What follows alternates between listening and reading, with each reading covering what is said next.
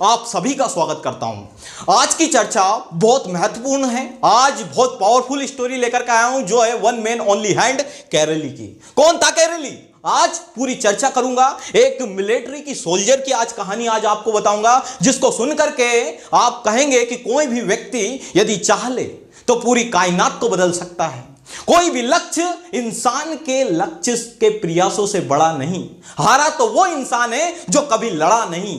ध्यान रखना, कोई भी लक्ष्य इंसान के प्रयासों से बड़ा नहीं, हारा वो इंसान है जो कभी लड़ा नहीं। कहानी शुरू करते हैं कैरेली की। 1930 कहानी है 1938 की एक हंगेरियन आदमी की, जो उस कंट्री का बेस्ट पिस्टल शूटर था और वो चाहता था कि मुझे इस हैंड को दुनिया का बेस्ट पिस्टल हैंड बनाना है। उसका एक ही सपना था, एक ही फोकस था। 1940 में 1940 में ओलंपिक्स होने वाले थे और पूरी कंट्री को पता था कि उस ओलंपिक्स में सिर्फ केरली ही जीतेगा। सभी को भरोसा था। सिर्फ 2 साल बचे हुए थे। 1938 में क्या होता है कि एक ट्रेनिंग कैंप चलता रहता है। उस ट्रेनिंग कैंप में केरली के हाथ में, जिससे उसने प्रैक्टिस करी थी, जिससे उसने तैयारी करी थी, उसी हाथ में एक बम दे दिया जाता है। और बम देने के बाद, उसी हाथ में बम देने के बाद वो जो बम है वो हैंड ग्रेनेड फट जाता है। और जो उसका सपना था, जो उसका फोकस था, वो सारा का सारा वहां का वहीं धरा रह जाता है। अब उसके पास 2 रास्ते थे।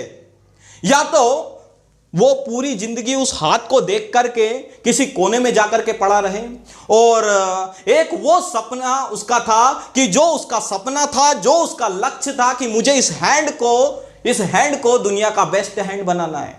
कहते हैं किसी चीज को आप पूरी शिद्दत से चाहते हैं तो पूरी कायनात उसे बदलने में लग जाती है।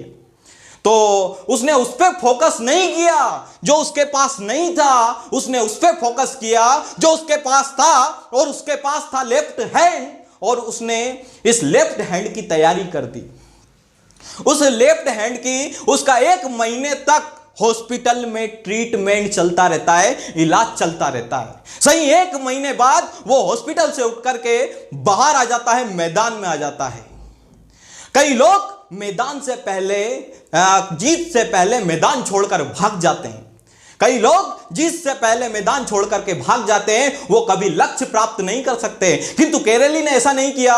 उसके पास लेफ्ट हैंड बचा था। उसने सोचा मेरे पास ये हाथ नहीं है, मेरे पास लेफ्ट हैंड है, मैं इससे तैयारी करूंगा। लगातार 1 साल तक वो इस हैंड की प्रैक्टिस करता रहता है। बेस्ट पिस्टल शूटर हैंड बना लेता है उसको, और 1940 में जो ओलंपिक्स होने वाले थे उसमें वो जाकर के खड़ा हो जाता है। जितने भी ट्रेनर थे, जितने भी कॉम्पिटिटर थे, उसको वहां देखने लग जाते हैं कि केरली आए हैं, और लोग उसके पास जाते हैं और उससे कहते हैं कि इतना सब कुछ हो जाने के बावजूद भी तुम यहां पे आए हो हमारा जज्बा बढ़ाने, हमारा हौसला बढ़ाने के लिए। किसी भी कॉम्पिटिटर को यह नहीं पता था कि इसकी 1 साल से तैयारी चल रही है, किसी को भी नहीं पता था। और केरली वहां पे क्या कहता है आपको पता है? केरली वहां पे कहता है कि मैं तुम्हारा हौसला या जज्बा बढ़ाने के लिए नहीं आया हूं, मैं तुम्हारे साथ कॉम्पिटिट करने के लिए आया हूं, तैयार हो जाओ। और जितने भी कॉम्पिटिटर थे वहां पे कॉम्पिटिट करने लगते हैं। जितने भी कॉम्पिटिटर थे वो कॉम्पिटिट करते हैं अपने बेस्ट हैंड से, राइट हैंड से, किंतु केरली अकेला कॉम्पिटिट करता है अपने ओनली हैंड से। वहां पे कौन जीता? वहां पे वन मैन ओनली केरली जीत गया। अच्छा, 1940 में वो जीत गया, किंतु उसने अपनी प्रैक्टिस नहीं छोड़ी। उसने सोचा मुझे इस हैंड को पूरी कंट्री का नहीं, पूरे देश का, पूरे वर्ल्ड का बेस्ट पिस्टल शूटर हैंड बनाना है। वो वहां पर नहीं रुका। उसने नेक्स्ट वाली प्लानिंग तैयारी कर ली, जो उसने पूरा का पूरा फोकस उठा के रख दिया 1944 पे जो ओलंपिक्स होने वाले थे।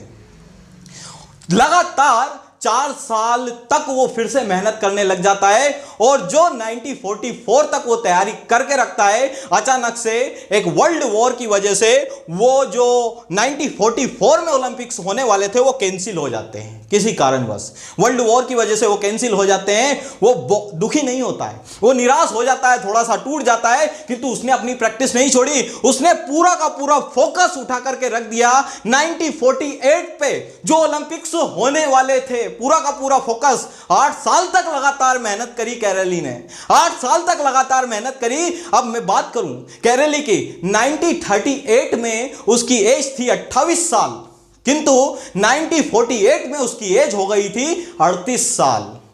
जो नए यंगर प्लेयर आते हैं ना, उनसे कॉम्पिटिट करना थोड़ा मुश्किल हो जाता है, किंतु केरली की डिक्शनरी में कोई मुश्किल नाम का वर्ड था ही नहीं। केरली वहां पे गया और जितने भी कॉम्पिटिटर है, दुनिया के जितने भी बेस्ट पिस्टल शूटर हैं, वहां पे आए और वहां पे केरली भी गया और सारे के सारे बेस्ट पिस्टल शूटर कॉम्पिटिट कर रहे थे अपने राइट हैंड से, किंतु केरली अकेला कॉम्पिटिट कर रहा था अपने ओनली हैंड से।